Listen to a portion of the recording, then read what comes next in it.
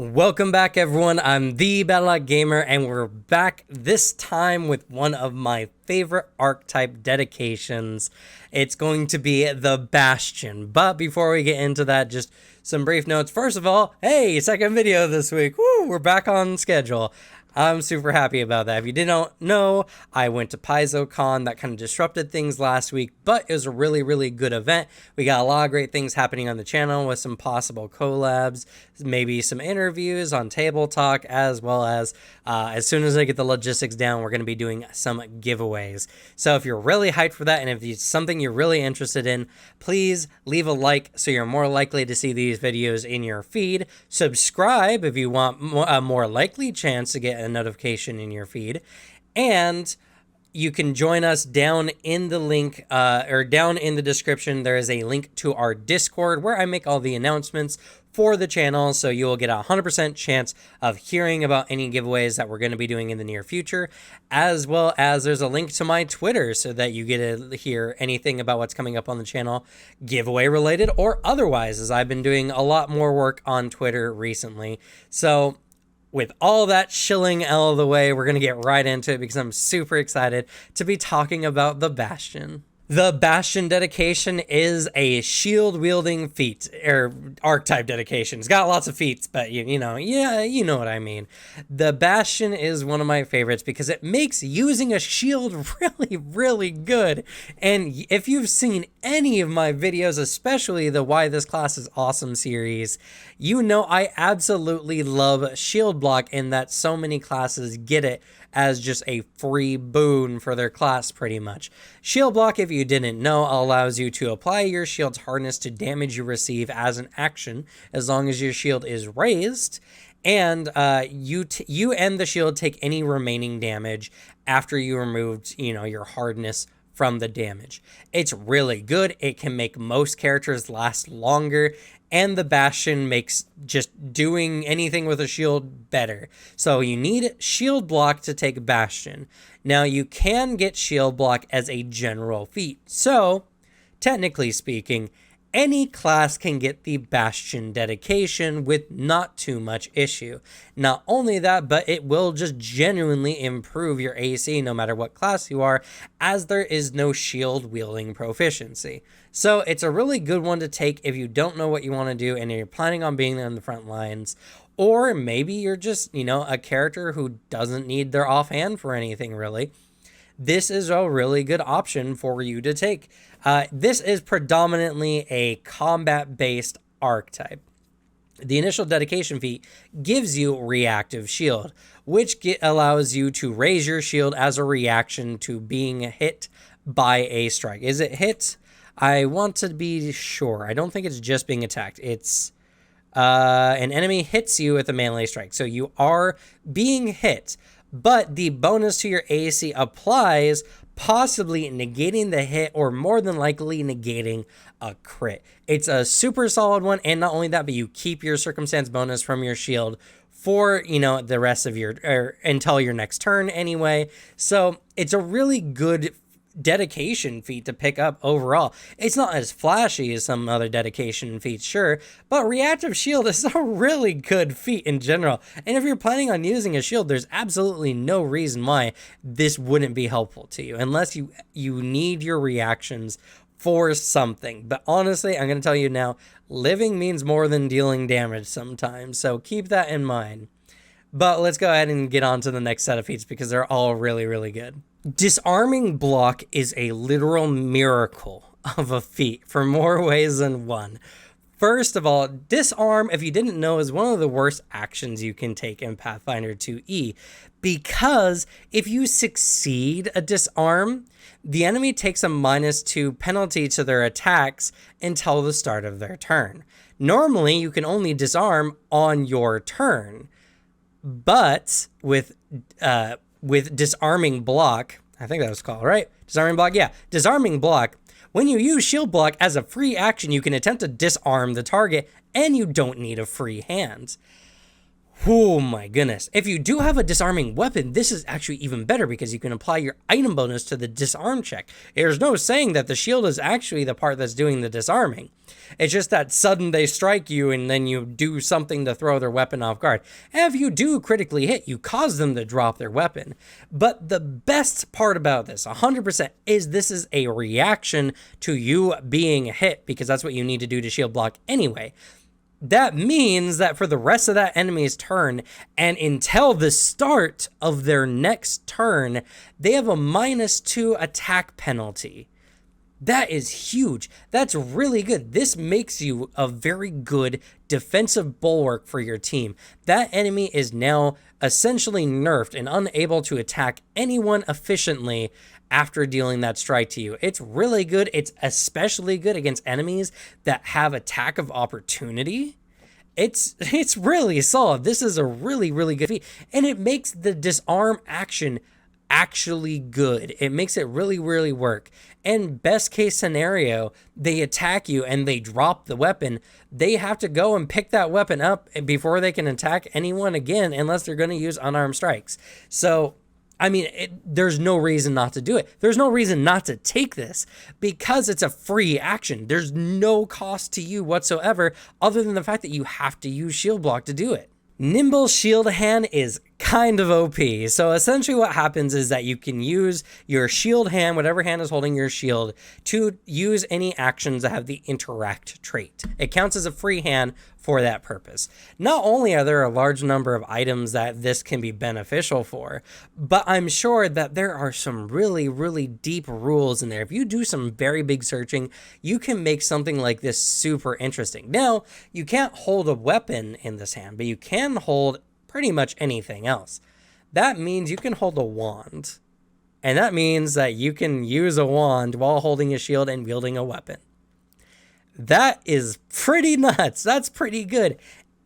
And because you have to fulfill the other requirements for a spell cast with a wand, you actually don't need to have a free hand unless that spell requires a material component. That means, that also means you can wield a material component in your shield hand if you're casting spells. Because somatic, the main point here, somatic doesn't require that the hand that you're gesticulating with is empty. You can be holding an item and gesticulate with that hand at the same time. This means that you can wield a wand while wielding your shield. You can hold a spell focus while holding your shield. This is a really, really good feat overall. And if your DM's being a particular stickler for the rules, personally, I allow players to, grab a potion and drink a potion if their hands are full, just because it makes it so that combat flows a lot easier. It's less guff for your players, but rules as written, this allows you to drink potions while you're sword and boarding out on the field, which is a really, really solid action. Now, you can't do this with tower shields, unfortunately, but this is still a really solid feat overall. This is an interesting feat overall. Shielded Stride is a feat that pretty much makes it so that when your shield is raised, which is in the prerequisites there, but it says it in the feat that when your shield is raised, when you have a shield raised, you can stride to move half your speed without triggering reactions that are triggered by your movements. That's really solid. That's really good overall. The jankiness comes from this. Does this make it a stride action? Do other things come off with the stride action? Or is it you're getting the benefit of a stride-like action? Personally, I would rule this as when you stride, you can opt to move half your speed to not trigger reactions as long as your shield is raised. I think this feat is particularly worded wrong, but it's really, really good. It allows you to get where you need to on the battlefield. If you're fighting a bunch of fighters, if you're fighting a bunch of warriors, and your allies are in trouble, you can use this to negate pretty much a lot of attacks that could possibly be used against you.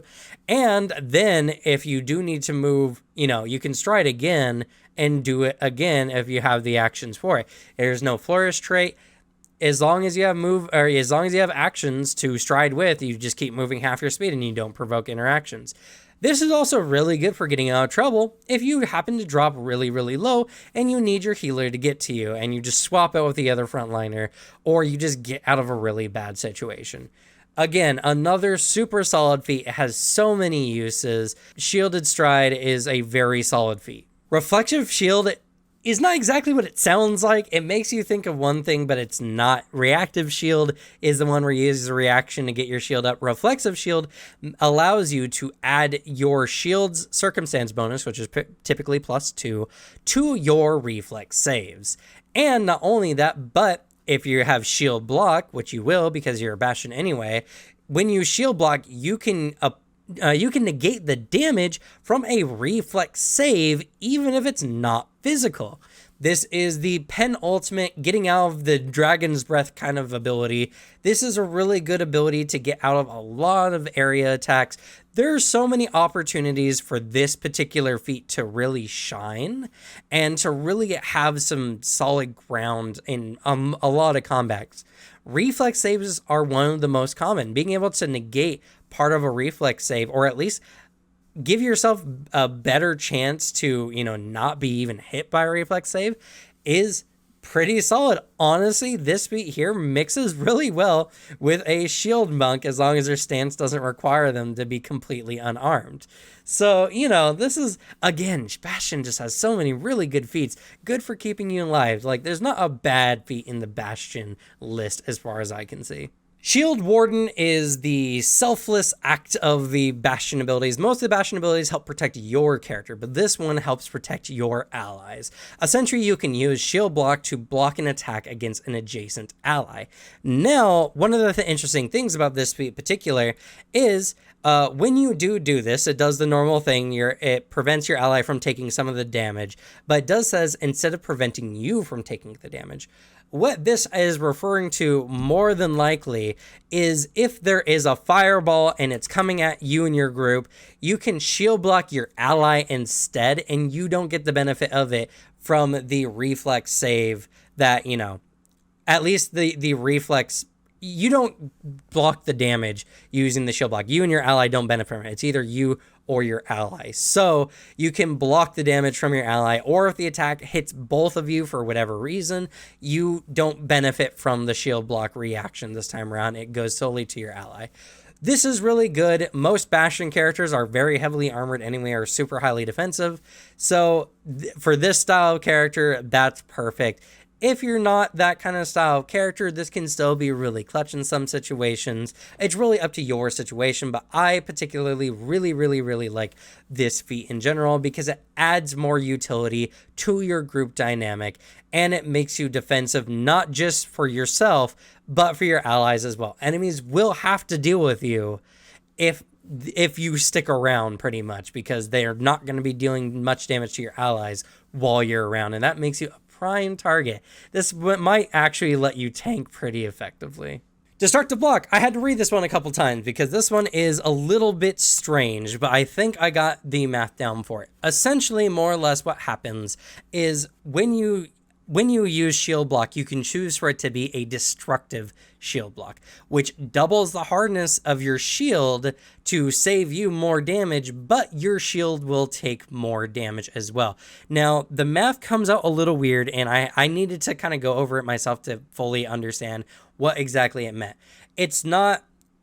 When the attack is triggered, essentially, you take the damage, you double your shield's hardness, and that's what your character takes. Then, before the hardness is applied, as it mentions here in the feat, you double the damage of the attack, then apply your shield's hardness. So, for instance, if you have a shield with 5 hardness and you're blocking 10 damage to your character will take 0 damage because your shield will be blocking 5 times 2, 10 damage. But the shield will take 15 damage. Because before hardness is applied, you double the damage of the attack, which would be 20. Then you remove the hardness from the shield, 5, for a total of 15 damage. If it applied the other way, if they didn't have the special clause that applied, before hardness, that would mean your shield would take 10 damage, right? Because you would block 5 of the 10 damage coming in, and then double that would be 10 damage to your shield. But that's not what it says. It says before hardness. So essentially, your shield is going to end up taking, I guess, 3 times the damage most of the time. I'm not necessarily, just in this scenario, but you know what I mean. Your shield is going to take a lot of damage to do this kind of block. It is kind of one of the Bastion's things. The Bastions can get the most out of their shields. And if you have a really good, sturdy shield, this is not necessarily a problem because your shield can take the damage. But if you don't have a sturdy shield, this gets a little bit troublesome. So destructive block is really good, and it can block a lot of damage. It can prolong the life of your character, and depending on some of your other archetype feats or whatever you have, you might have an extra shield on hand, but just know that your shield is going to take a lot of damage if you do this kind of block. I love quick shield block. This is such a good feat because it gives you an extra reaction to use shield block. So if for whatever reason on your turn you don't raise your shield, which honestly a lot of the times I don't, I like to use the reactive shield to gain that circumstance penalty or that circumstance bonus when I'm attacked by someone. Then if you're attacked again for whatever reason, you can shield block again. But if you're smarter than me and you are a little bit more on the defensive side, it allows you to perform 2 shield blocks in a given round. That is absolutely nuts because this allows you to negate even more damage. This gives you a lot more staying power in the fight.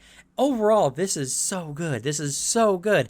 This is not a feat to miss. If you're taking Bastion, you 100% gotta take this feat because it 100% benefits you in every way, and also it just gives you an extra reaction. Even if you're saving your reactions for whatever reason, like as a fighter or something, or even as a champion, this gives you an extra reaction that can only be used for shield block anyway. So you're going to be dealing damage, and you're going to be negating damage, or negating damage, negating more damage in the case of the champion. It's a really good feat, just delicious. Mirror Shield is very complicated, but let me try to dumb it down for everyone because I needed to walk through this one to make it make sense to me as well. It's a reaction. You have to have your shield raised first. When an enemy critically misses you with a spell attack, it must be a spell attack. When they critically miss you with a spell attack, you use your highest ranged weapon proficiency or spell attack if you have one. So if you're trained in martial weapons and, so here's a really good one actually. Here's a good example. If you're a fighter, for whatever reason, has their specialized weapon that has like that extra step above everything else in a ranged weapon, or if you have the archer dedication in addition to Bastion, which I don't know why you would because you're holding a shield to use Bastion stuff, but whatever, it doesn't matter. If you have this higher proficiency for a particular ranged weapon, you use that proficiency when you're slinging this spell back at the enemy. Or if you're a spellcaster like the Magus, then you can use your spell attack to fling this spell back at the enemy. It is really solid. It's really, really good. It doesn't happen that often. This is one of the much more situational, kinds of spells. And there's another caveat as well. Your opponent takes the effects of a successful spell attack roll from their own spell. Or the effects of okay, so it does have this. Okay, never mind. So even if you crit with this throw, they also suffer the critical effects of the spell as well. It's very situational, but this is really, really good. And because a lot of Bastion characters tend to have really high AC, the chance of them crit failing to hit you is not bad, honestly. So very situational, but I think you can definitely get your bang for your buck with this one, and it's really good overall. Shield Salvation is the last feat in the Bastion line, and it's pretty good. It's honestly pretty solid. So essentially what happens is if your shield would be destroyed by an attack once per day, you can, if it would be destroyed during a shield block specifically, it must be a shield block specifically. Once per day, it will stop at 1 HP no matter how much extra damage it takes. And then you cannot do this again until your next preparations. Now it does say in here, weaken until you take the time to repair it, but that's not actually what it means because it has nothing to do with whether the shield gets repaired or not. It just says preventing you from using shield salvation to save the shield, the same shield, blah, blah, blah, until your next preparations. And it does say the same shield. So if you have multiple shields, you can actually use multiple shield salvations. This makes destructive block a lot more worth it, especially if you have a bunch of extra shields in the wing, because you can swap that shield out, you can drop it on the ground if you need to, pull another one out, and just go on with the combat. And if you need to, you can drop that shield as well, or you can sacrifice that one. This is really, really good, and I kind of muffed it up, but you know what I mean. It's just this can only be done once per day per shield. And there's nothing you can do until your next preparation. It says repair, but that's not what it means. It's just flavor for until your next preparations. So this is really good. It makes destructive block even better because you're less likely to have your favorite shield get utterly destroyed. This is a lot better for those higher hardness shields that are not sturdy shields, because then you can spare that shield, drop it if you absolutely need to, or even just keep raising it. I mean, like, you don't have to keep shield blocking with it, really. So, this is a really solid feat overall, and it's a perfect capstone for the Bastion overall. And that is going to be it for the Bastion. I hope y'all enjoyed. I don't know why. I'm not a shield player in most games, but I absolutely love the Bastion. It's just so good. It can benefit so many different styles of characters. Now, unlike a lot of other archetypes, this has no real narrative flair to it. There's no exploration bonus to it. This is purely combat, but this is perfect for your character if they use a shield. It's really good. You can put the narrative elsewhere. You can put the utility elsewhere. If you want your free archetype dedication to be, just extra combat or extra defensive, there is nothing better than the Bastion. I absolutely love it. Highly, highly, highly recommend. But with that, we're going to be done with this one here. Thank you all so much for watching. Good luck with your games. Leave the bad luck to me. And I'll see you all next time. Bye.